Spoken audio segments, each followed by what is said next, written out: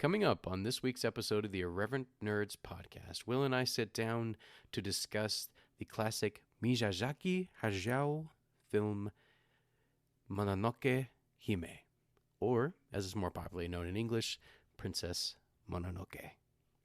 Stay tuned for that and just a little bit more right after this.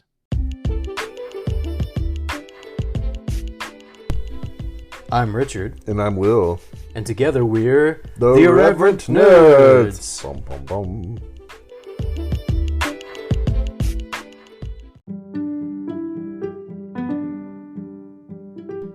Nerds. We would love to find out who is on the other side of the microphone.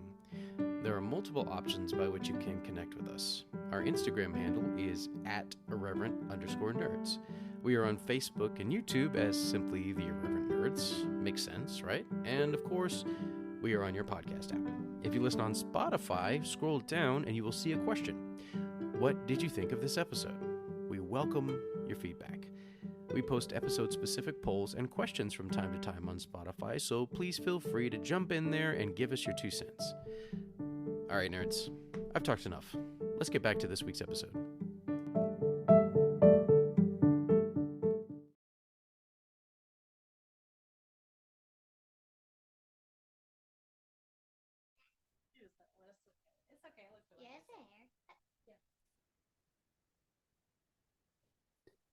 Bite my shiny metal ass.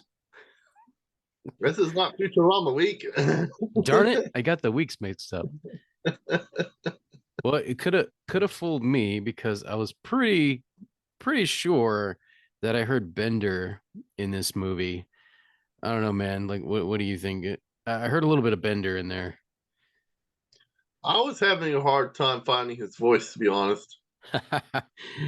So I'm referring to the character of Gonza, which those of you who have already seen this movie, you know right away what we're talking about. I mean, obviously, if you've clicked on the podcast, you know what we're talking about because the title is right there. So we don't need to tell you.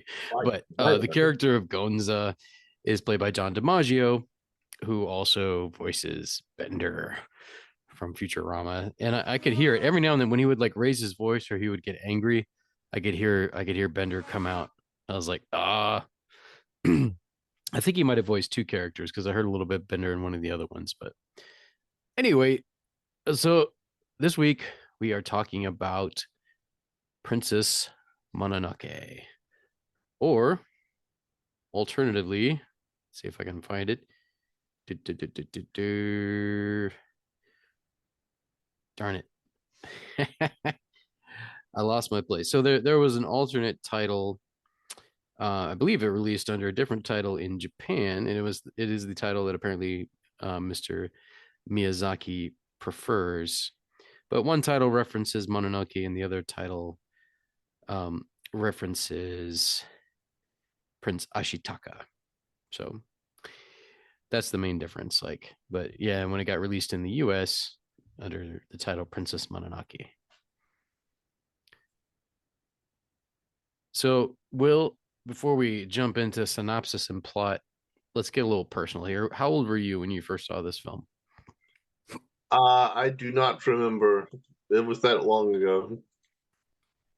It came out, I saw that it released in the US in 1999 in theaters. Did you see it in theaters when it came out?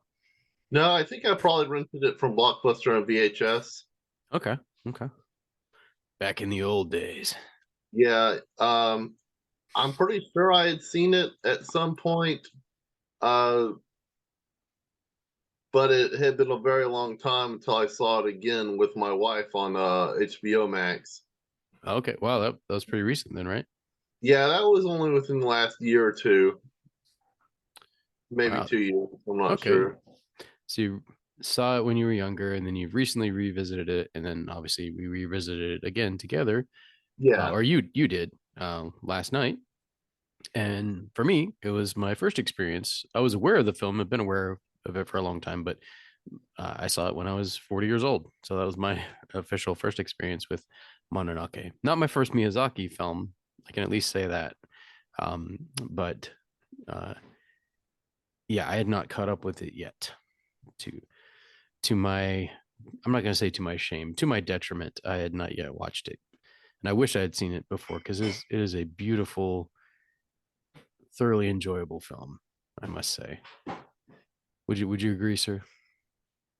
Uh, very enjoyable. I'm sorry. I was just reading here on the Wikipedia that the term Mononoke is not a name, but a Japanese word for supernatural shape-shifting beings that possess people and cause suffering, disease, or death.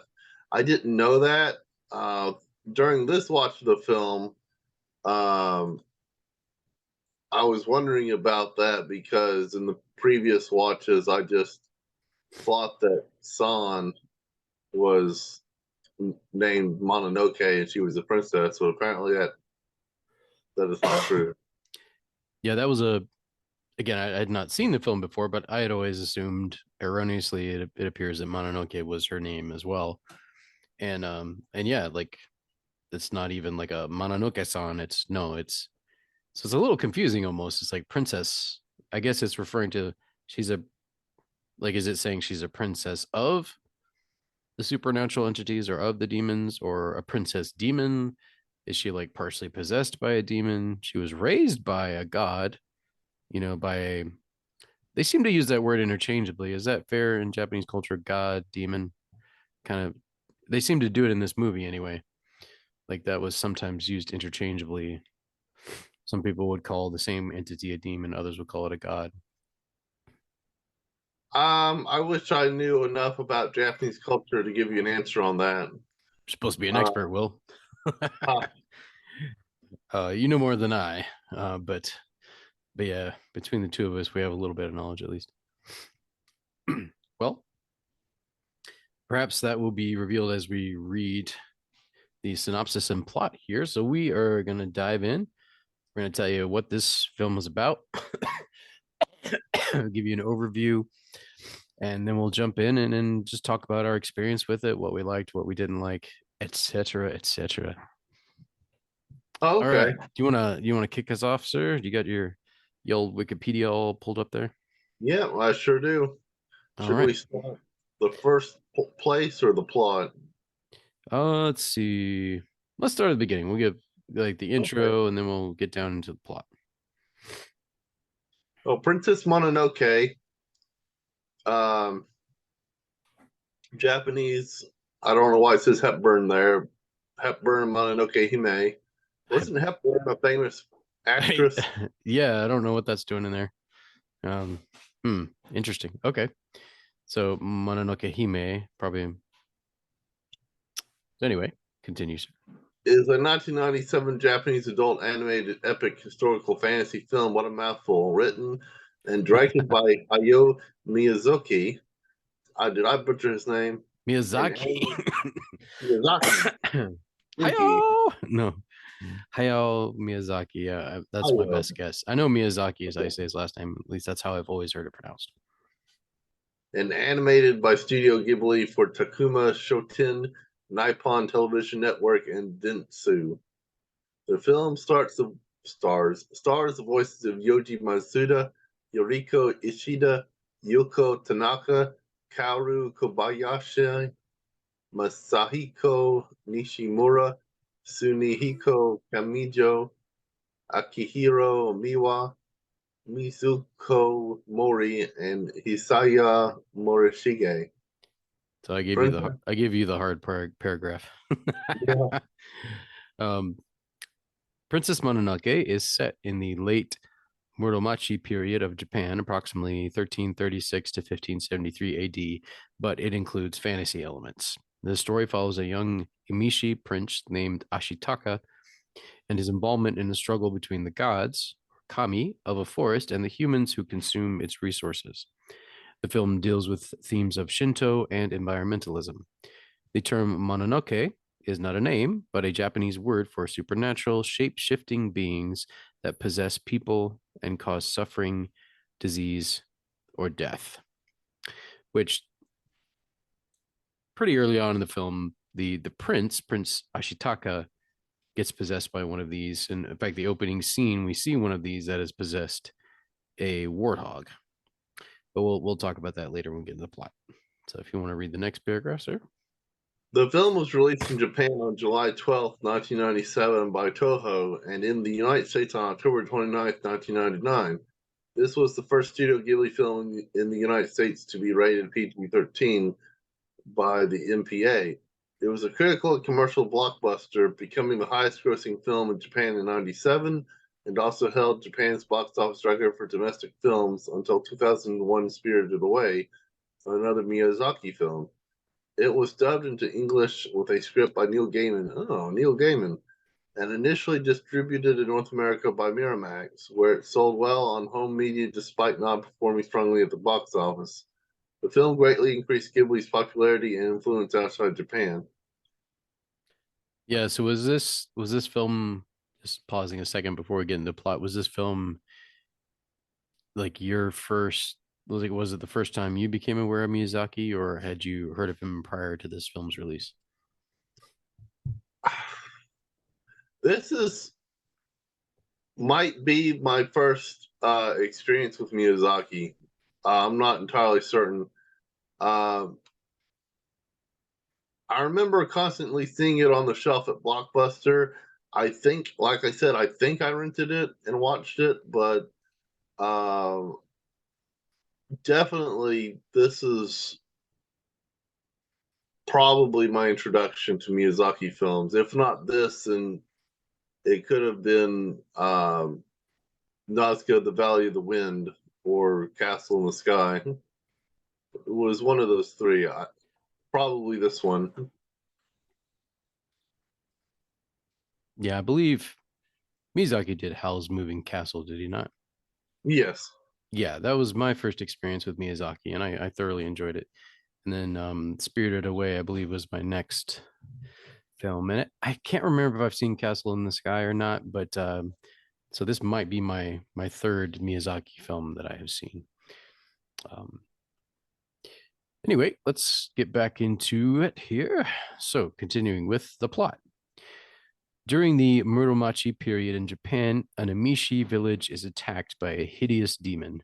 And yeah, that thing was gross, man. Like it was like the animation was phenomenal. Just like you see this moving thing. It looks a little bit like a spider, but then like if a black egg roll had eyes and was a spider, and it's alive, like its skin is like alive, like these worms coursing Yeah. and moving, and like I think even like color changes happening to a certain degree, and just beautifully animated. I'm sure that took forever, like so many cells I would imagine involved in that. Then I read on the Wikipedia that that was actually 3D CGI placed, oh, they cheated a little placed, bit. yeah, placed over the 2D hand animated cells. Okay, okay. Well, that makes sense. I guess the tougher sections add a little bit of CGI, and it's seamless. Like you can't really tell. Yeah. So they do a great job of integrating it into the film. And yeah, and we watched the Blu-ray of this. So it's beautiful in HD. But anyway, let's see. Okay, so the last Amishi prince, Ashitaka, kills this hideous demon before it reaches the village, but it manages to grasp his arm and curse him before its death. The curse grants him superhuman strength, but it also causes a scar like mark that will surround him, cause him pain, and eventually kill him. The villagers discover that the demon was a boar god, Boar Kami. I'm going to pause for a second here. My daughter is waking up.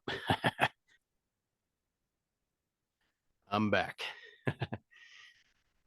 All right, so the villagers discover that the demon was a boar god, Boar Kami, corrupted by an iron ball lodged in his body. The village's wise woman tells Ashitaka that he may find a cure in the western lands that the demon came from and that he cannot return to his homeland. So I've got questions about that. I don't understand why he had to cut his hair off and never return home.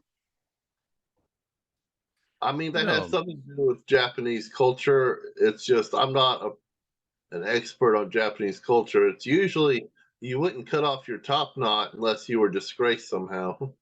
Yeah, I guess maybe it was like him having to leave the village was the disgrace perhaps, and then maybe that's why he cut it off. Like that was the dishonor.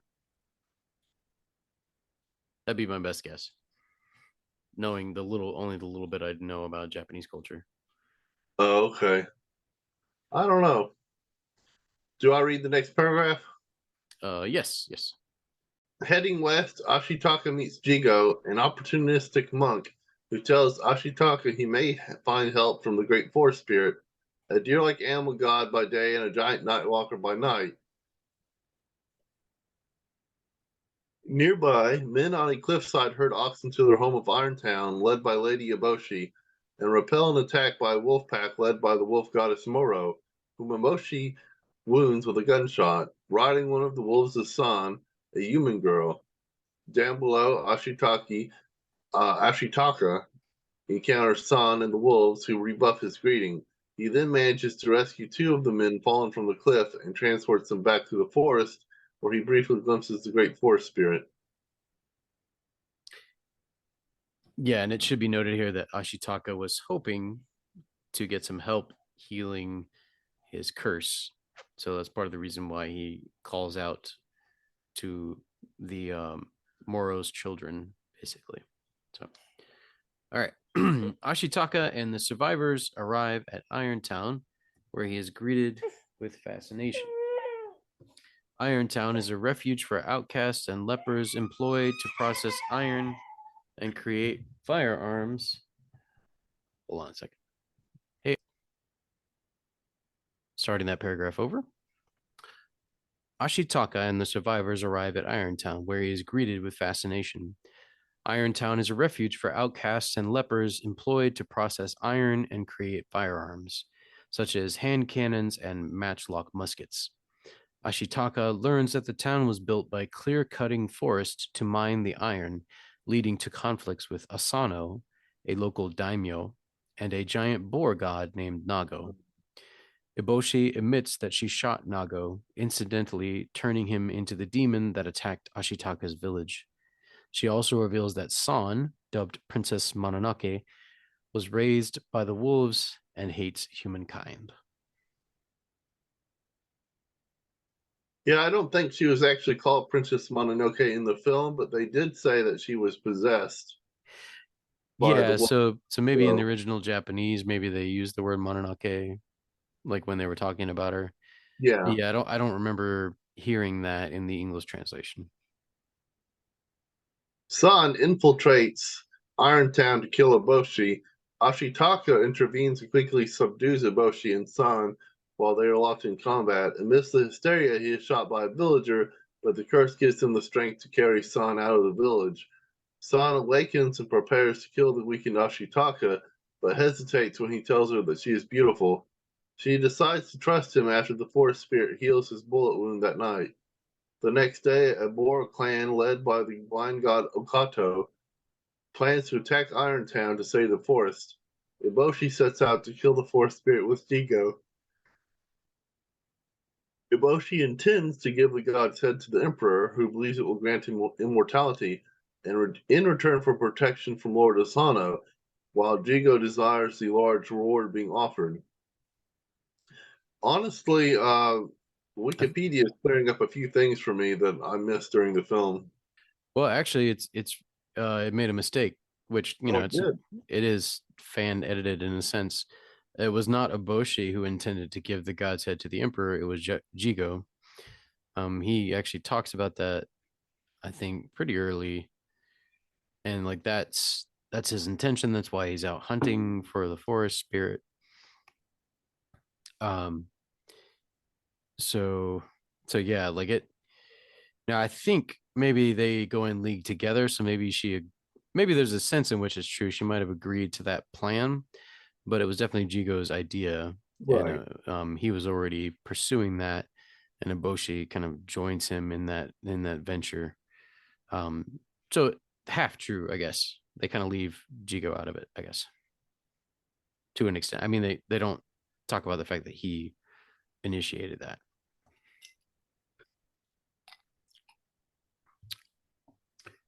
All right. Ashitaka recovers and finds Irontown besieged by Asano's samurai. The Boar clan has been annihilated in battle, and Akoto is badly wounded. Jigo's men trick Akoto into leading them to the forest spirit. San tries to stop Akoto, but is swept up as his pain corrupts him into a demon. As everyone clashes at the pool of the forest spirit, Ashitaka and Moro save San, and then the forest spirit euthanizes Moro and Akoto. As it begins to transform into the Nightwalker, Iboshi shoots and decapitates it. Chigo steals the head while the forest spirit's body bleeds ooze that spreads over the land and kills anything it touches. The forest and Kodama, or tree spirits, begin to die. Moro's head briefly comes alive and bites off Iboshi's right arm, but she survives. Enraged, San attempts to kill Iboshi again, but is stopped by Ashitaka, who consoles her and encourages her not to give up. After Irontown is evacuated, Ashitaka and San pursue Jigo and retrieve the head, returning it to the forest spirit. The spirit dies, but its form washes over the land, healing it and lifting Ashitaka's curse. Ashitaka stays to help rebuild Irontown, but promises to visit San in the forest. Grateful to Ashitaka and San, Eboshi vows to build a better town. The forest begins to regrow as a single Kodama emerges from the brush. All right. And that is the plot of Princess Mononoke. So, I guess we'll talk real quick about like who played what as far as actors go. We did watch the English dub version. That was the only one I could find a copy of, and I'll just talk briefly about who plays which character. Um, so, Princess Ashitaka in the Japanese version is played by Yoji Matsuda. The English version by Billy Crudup. San is voiced by Yuriko Ishida in the Japanese version and Claire Danes in the English version.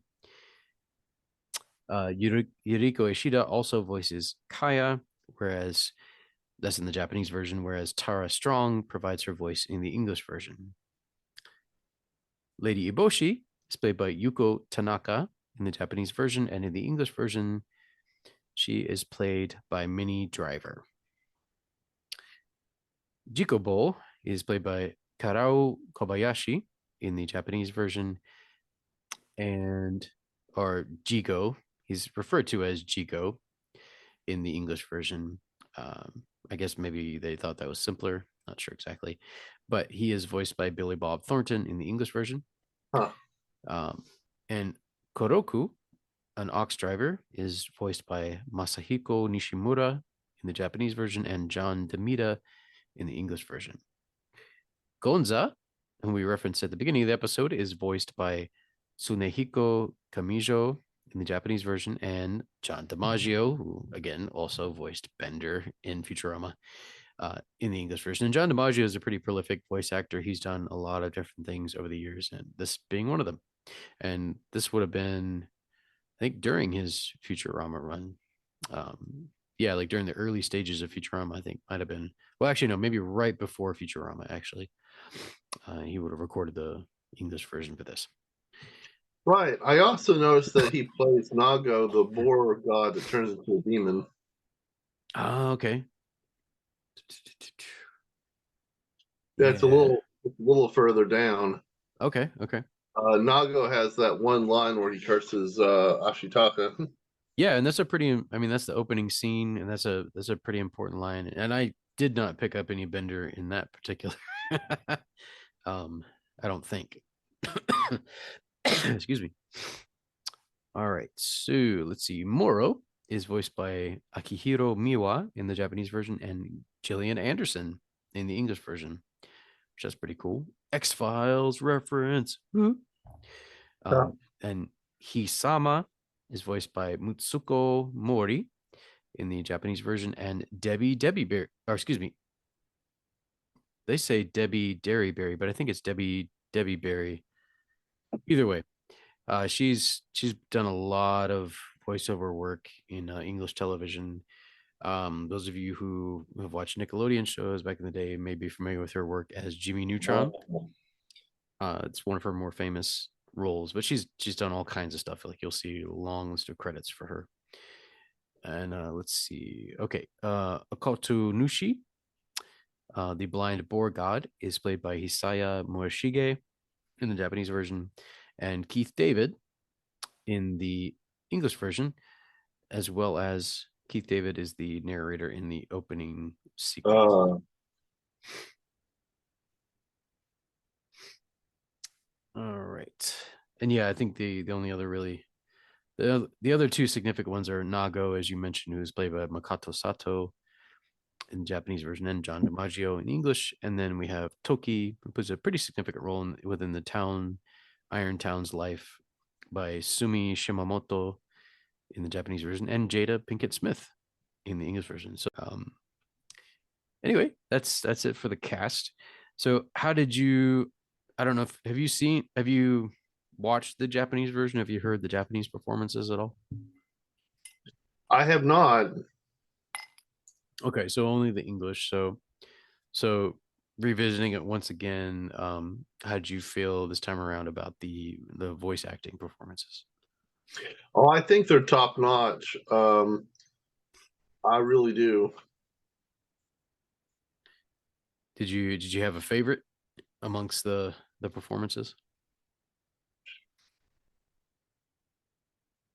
Um, I'm not really certain about my favorite voice performance. I do have a favorite character, which of course would be Ashitaka, but as far as the best performance, I'm not really certain. I guess I'd have to rewatch the film and think about it as I was watching it. Okay. Yeah, I performance wise, Billy Crudup did an excellent job as Ashitaka. You know, honestly, and I've seen Billy Crudup in a number of things, and had I not read that it was him, I wouldn't have guessed. Like I couldn't tell. Granted, this was 24 years ago, Billy Crudup, so he would have been, I think, in his 20s at the time.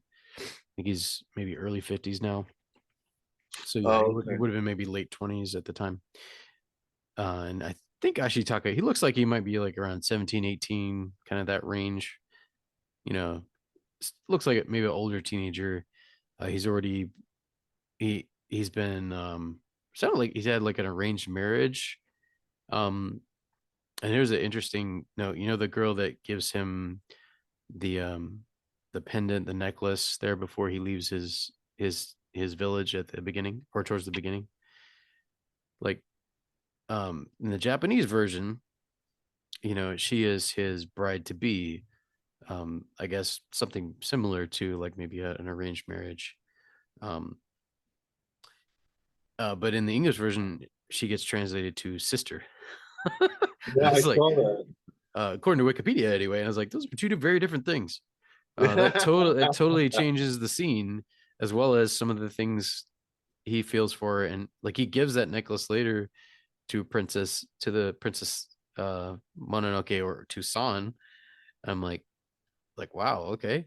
So if that, you know, which the Japanese version obviously is the official version, so I'm like that's who she was intended to be, was his like promised bride, or like I don't know if he made any promises to her, or if that was an arranged marriage. I'm not sure what they don't really talk much about what the village tradition might have been in that regard. I think the Uh, Wikipedia says arranged marriage, doesn't it? Probably that. I think that may have been, that just seems like something that would have been more common back in that time period, but I may be wrong about that. They seem to have affection for one another for sure, and he says that he'll never forget her, and then of course he falls in love with another town, and with another woman, and it just doesn't come back. We're led to believe he doesn't return to the Amishi people. So I'm like, oh, you know, we don't know if he never returns, but like as far as it's implied that he's going to stay at Irontown for a long time, and he's going to stay near San. So yeah, but yeah, translating a sister like that totally changes that dynamic. It's like somebody dropped the ball Yeah. there. Neil Gaiman, was that you? I know you didn't do the translation, but you did the adaptation. Maybe they thought it would be too weird because of the age differences for American audiences. I don't know. I don't know. Not sure what the thinking was there, but yeah, I think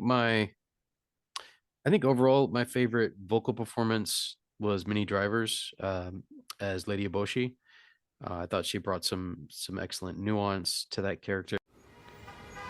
Do I just talk into the microphone here? Okay, here goes.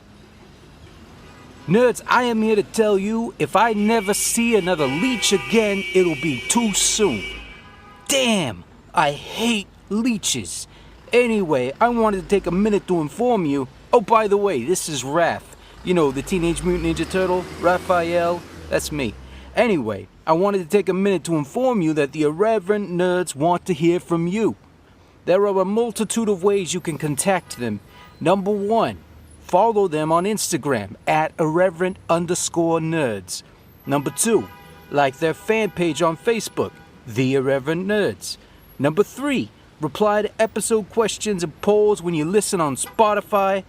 Number four, leave them a voice message at theirreverentnerds.com. Number five, follow them individually on Instagram at ourbest_WS and at cartoonistwill. And you get the picture, right?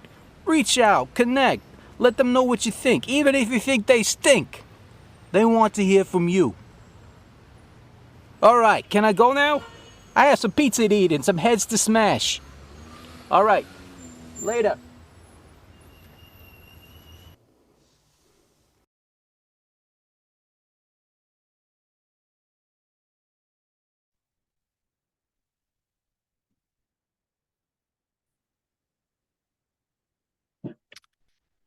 All right, so we got rudely interrupted because we weren't paying attention to the timing once again. One of these, like we keep saying, we're gonna get Zoom Pro, um, but there's other things in the budget that have taken precedence. So it's still the free version.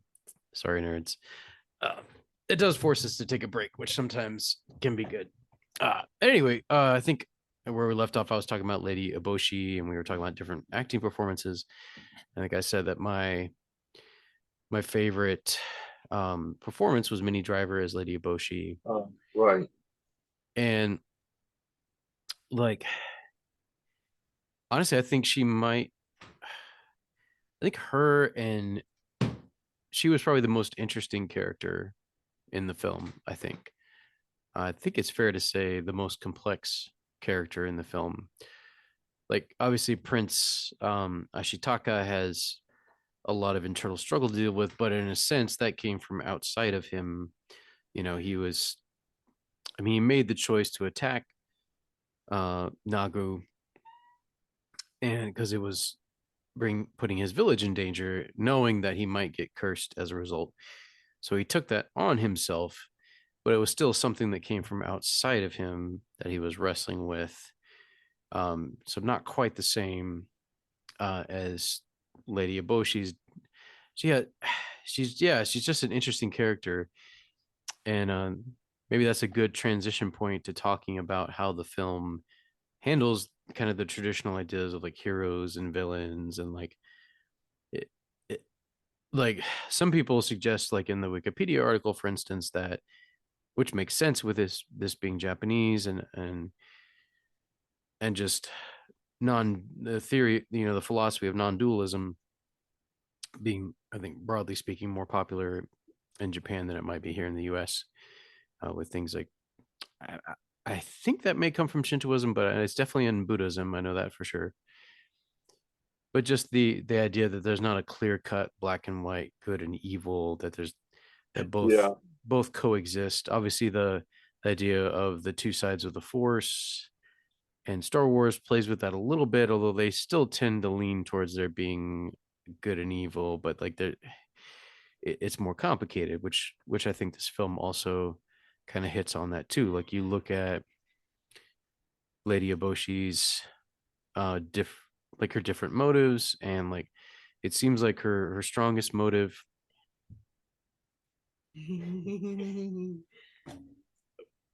seems seems like her strongest motive is to protect the people of Irontown, to provide a good home for them. There does seem to be some hints of personal ambition in there as well, but that's a little more nebulous with her. But she is definitely well loved and respected by her people, by the people of Irontown. She has cared well for them.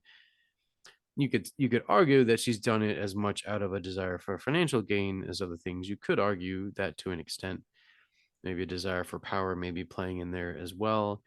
And yet she has shown great compassion to the lepers, for instance, that she takes in and gives a home, and she gives them a purpose, like a work to do, gives them dignity, treats them with kindness. She has done something similar with the sex workers, the prostitutes that were looked down on, and in that, especially in that time period, would have been very looked down upon. And she gives them dignity, gives them meaningful work, and and a safe place to be. So there's a lot of, in a sense, good that she's doing for the people, but unfortunately, she's also, they're advancing their society in a sense at the expense of the forest around them, and you could Right. argue they're destroying the ecosystem surrounding them, and that destruction is spreading. Like the more iron that they try to mine in order to trade for rice, like perhaps rather than cultivating rice, which I don't know if they attempted that, but they're trading the iron for rice, and they're also using it to make weapons. So there's a lot going on there, and even the people of Irontown, I feel like they just feel like normal people. Like they care about one another. They want to help each other.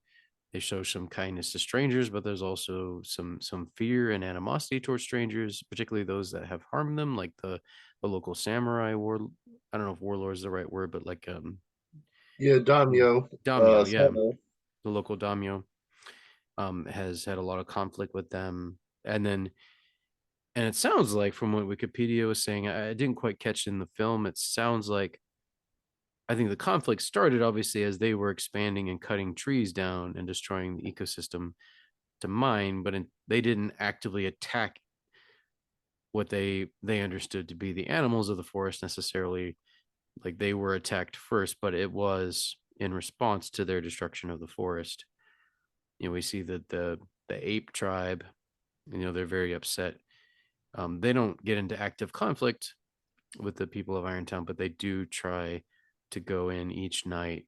The conflict is more a result of them trying to reseed the trees surrounding Irontown. They try to replant trees, which the people there don't want because it would get in the way of their ability to mine the mountain there. But yeah, I found the interplay between those different issues very interesting.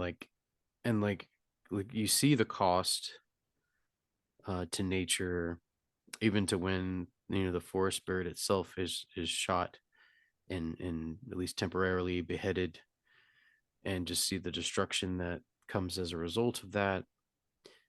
And that's done at least in part out of a desire to help the people of Irontown. So it's like there's a struggle between the two forces that are. And I think the prince, several times kind of displays the angst, the tension between those two, because at several points he cries out and is like, I just want there to be peace. Can we find a way to live peaceably with one another? For there to be peace between humans and nature, between humans and their their environment, between the humans and the forest spirits. Can we find a way to live together, to coexist, to live peaceably? And it seems like they might be heading that direction towards the end of the film, but it's still left a little ambiguous. But how did you feel about kind of the way they handled the ideas of like good or evil, heroes or villains, and things like that in the film? Well, I remember in a couple years ago when I watched this with my wife, I remember being upset at what I could clearly thought were the villains of the film, uh, and I was perhaps upset at Ashitaka originally for wanting peace instead of justice. But Upon this watch, I'm very much um, in agreement with Ashitaka. I guess maybe I've grown as a person in the last couple of years, but uh, I think they handled it very well, and I really liked how you talked about it. You got really deep into the meaning and whatnot behind everything. Well, I like that. Honestly, like in my own, like I've explored a little bit of non-dualism and Buddhism myself over the last couple of years, and just kind of thought through it in a deeper way than I had before, and just thought about I've thought a good bit about the relationship between humans and our environment, of which we're not separate. It's not like we're separate from. I think sometimes living in the city. Hold on a second, I gotta get some water for Alma here, and we're back. um, but no, there is like I've kind of put us on a more level playing field, if you will, with other life, and just thought about how the struggle comes because of the reality of limited resources. Like you, even down to like one of the primary sources in our biosphere of energy would be the sun itself, and there's a limited amount of radiation that reaches us each day. So in a sense, there's a now maybe in terms of what that could provide for our tiny planet, there might not be a limit to it in the broadest sense, but because of the earth spinning and they're sometimes being closer and sometimes further away, there's variations in that. And obviously we're doing some other things, it appears like in the research I've done that our carbon emissions are affecting, you know how that radiation interacts with the planet and how it interacts with Earth's temperature. But the reality is there are limited resources, and when you have two parties trying to occupy a similar space, there's going to be some competition there and some tension. But at the end of the day, which is I think what we see with Prince Ashitaka, like he's advocating in a sense for cooperation, for compromise. Can we find peace? And I think in humans we see both tendencies very strongly, and not just in humans but in other animals as well. Like we see both competition and cooperation. Like you see both realities, you see sharing, you see taking as well, but you also see sharing. So there's both, and the taking, the stealing, the conflict can come when there's a fear, sometimes irrationally so, of resources being limited. But then obviously when it becomes a reality, when it's quite literal that resources are limited and some people will die, and if someone hoards, that could lead to the death of others, and so like that's why we have rules in place for punishing people that steal and people that hoard, and it's why we cry out Right. against people that are greedy. And this is where I would say probably the closest to a true villain that we have in the movie is Jigo. He doesn't seem to have he has a polite and a charismatic side, and it seems like he helps Ashitaka, but at the end of the day, like his motives, like throughout the course of the movie, are more and more consistently revealed to be self-centered, like more centered on his own gain, in particular his own financial gain. And Yeah. he says towards the end there, even as he's still refusing to give the head back, he's about to die and he's still refusing to give the head back to the forest spirit there at the end. He's like, I'm about to get everything. I have a chance to get everything, you know. So to me, he kind of is the embodiment of greed, and he's probably the closest thing to a villain Yeah.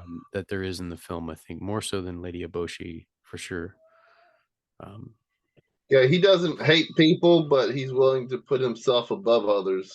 So, yeah, he's willing to use people and exploit them.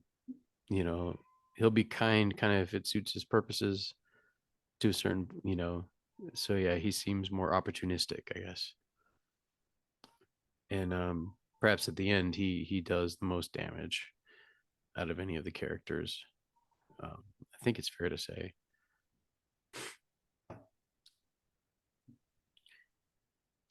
So you said your favorite character you thought was the Prince Ashitaka, and what is it about the character that you resonate with? Do you feel?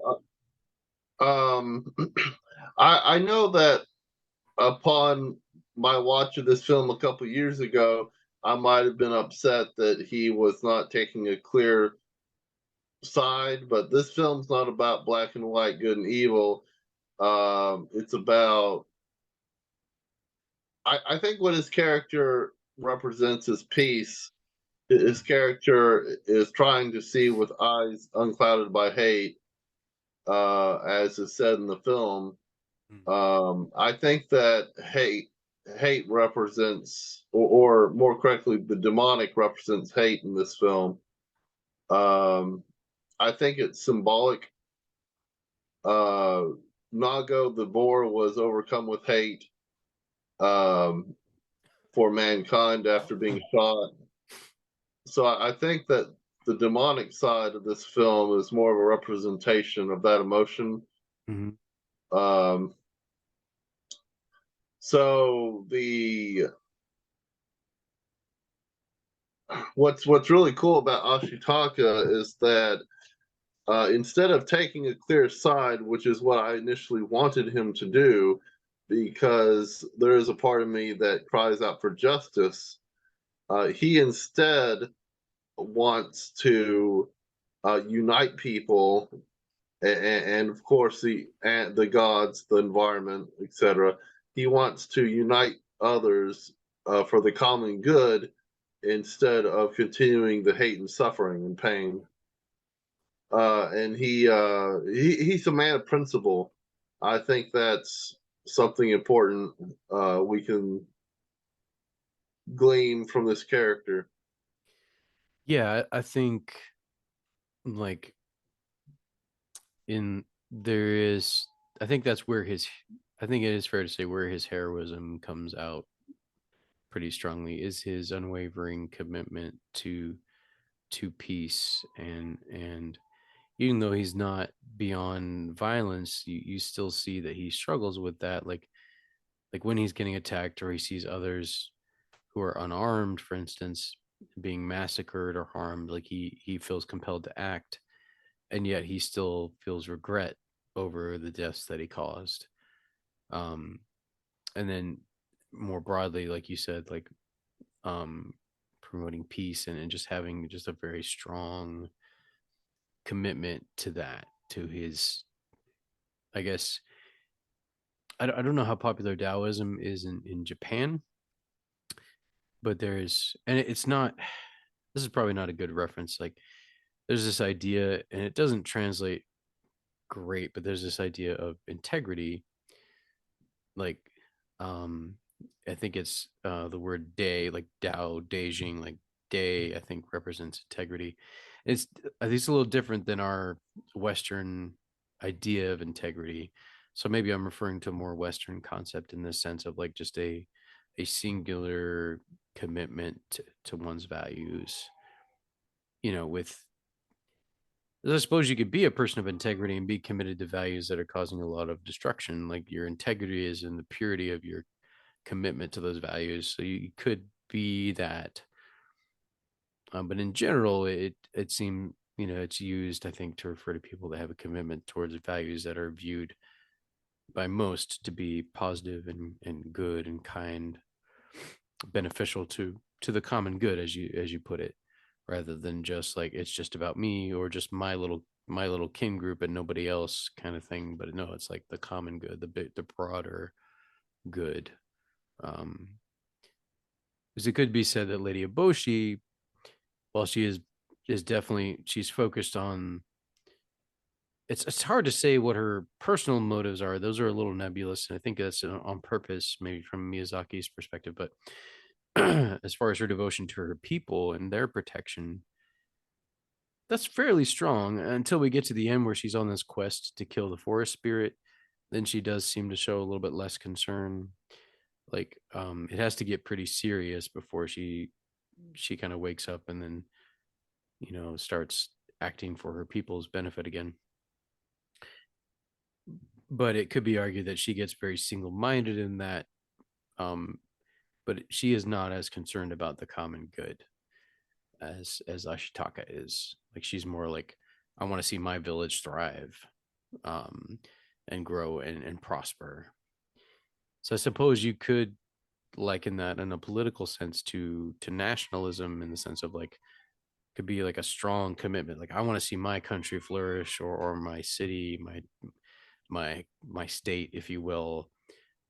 But the commitment to that is so strong that it's like you're not as concerned about the harm you may be causing to surrounding countries, or the harm you may be doing to the more common good, or the ties you may be breaking with potential allies, that kind of thing.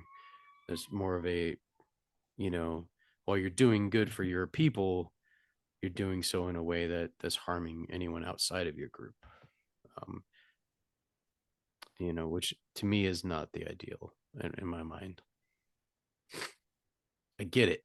It's very human in a very real sense, but to me, there's a higher ideal than that, of like, let's strive to cooperate and provide a good and healthy environment for as many sentient beings as we can, right? Right. Yeah, that's kind of where I land. So in that sense, I do really resonate with Ashitaka in that regard as well, I think. So while you were talking about that, I just had the itch to Google whether or not Princess Mononoke did receive a sequel of some sort. Hmm. And guess what? I found out it did not receive a sequel, but there is a prequel Hmm. on Netflix called The Deer King. Oh, you know what? I saw that. So I picked this up at McKay's, and they also had the Deer King there. Oh, Um, okay. Maybe that could be. Now it's not. I don't know if Miyazaki was involved in that.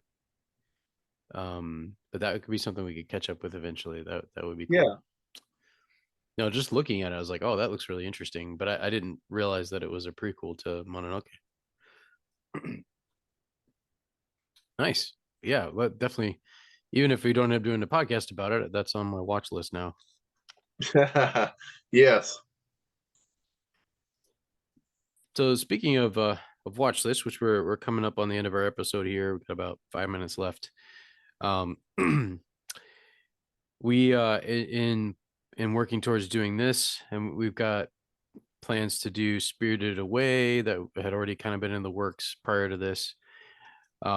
And we got to talking, and I was like, well, why don't we just, like, I feel like Miyazaki's work is so important and meaningful that we should devote an entire month to it. I mean, hell, we did an entire month for Teenage Mutant Ninja Turtles, so why should we not do Miyazaki month? So we've already announced and declared that October is going to be horror month. Like, we're going to do horror themed episodes throughout the month of October. So November is going to be Miyazaki month, which I believe will lead us up to the release of the next Miyazaki film, which is scheduled for December. And I cannot remember the title off the top of my head right now, but I ran across it as I was researching for this week. So I know there's another. Well, I don't know if he's involved, but the next Studio Ghibli film, at least, is So I don't know. I think, didn't he retire or semi-retire? I want to say. Miyazaki? I know he's pulled back to a certain degree from leadership of Ghibli. Um, so I don't know to what extent he was involved with this particular film, but I know the next Studio Ghibli film is coming up in December. So that, yeah, that maybe that could be our movie of the month in December. I don't know. We'll see how that goes. That But sounds good. that would be cool. Although come December, yeah, we might do several theater films in December, because usually there's quite a bit of interesting stuff that comes out around that time. So we'll see how that. I gotta check the calendar and see what's coming out. um, anyway, well, do you have any final thoughts before we sign off here? I don't know if it'll work out or not, but in October, I'm gonna try my best to get you to watch Evil Dead 2 and Army of Darkness. Yes, I think we pretty much already committed to that. That is going to be one of our episodes for the. We got to figure out where it's going to land in the month, but yeah, that is going to be one of the episodes that in the month of October we're going to cover. You said your favorite's Evil Dead 2, yes? So, Well, Army of Darkness. I just feel like you need Evil Dead 2 for context for Army of Darkness. oh, But is that the third one, Army of Darkness? Yeah. Okay. Yeah. Well, we gotta figure that out then. We gotta figure out how that's gonna work out with scheduling. But if we have to choose, we'll just do Army of Darkness. But yeah, those are obviously I've heard about them many times over the years. They're kind of in the zeitgeist. Heard them obviously in connection with Sam Raimi. Seems like those are referenced almost every time you hear him talked about in Spider-Man. It's like Sam Raimi's history. It's like, he directed The Evil Dead and The Evil Dead. Did he do all three? Was he involved in all three? He was, okay. So yeah, so that is a horror film. I'm not a big zombie fan in general, but those are so well known and famous. I feel like I need to, and I like Bruce Campbell. He's fun. So I feel like I need to get caught up with those, or at least one of them, if nothing else. So yes, right. We are at least gonna get Army of Darkness cranked out in October. Maybe we can watch the other one for research purposes, but do the episode on Darkness. But we'll figure it out. But yeah, one of those is gonna come your way, nerds, in October.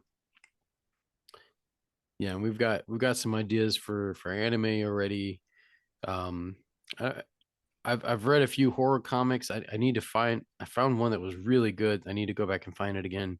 But yeah, we gotta figure out which horror comic we want to cover, or manga, for week 2. Because we're still gonna follow our rhythm. Yeah. We're gonna try to anyway, of sci-fi, comics, manga, anime, and then movie of the month. So we just got to figure out what fits where. So, all right. Well, nerds, thank you for joining us for another episode of the Irreverent Nerds podcast. And until next time, live long and prosper. Sayonara.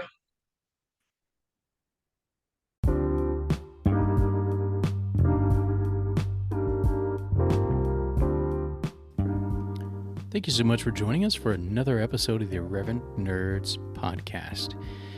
If you would, consider following us on Instagram. We are there at irreverent_nerds. You can also hit us up on Facebook. Just look us up there at the Irreverent Nerds. That's our fan page. We have a YouTube channel as well. Once again, the Irreverent Nerds. Nice and simple, right? And if you go to www.irreverentnerds.com, that will send you to our Podcasters for Spotify, formerly Anchor.fm, profile, where you can send us a voice message if you want to, support us financially, or listen to the podcast. It will also direct you to other places you can listen, like Spotify, Apple, Google, Stitcher, you name it. So, like, comment, subscribe, follow, all those good things, wherever you find us, wherever you listen to us. We would greatly appreciate it. Until next time, nerds, live long and prosper. Avengers assemble! I'm Batman.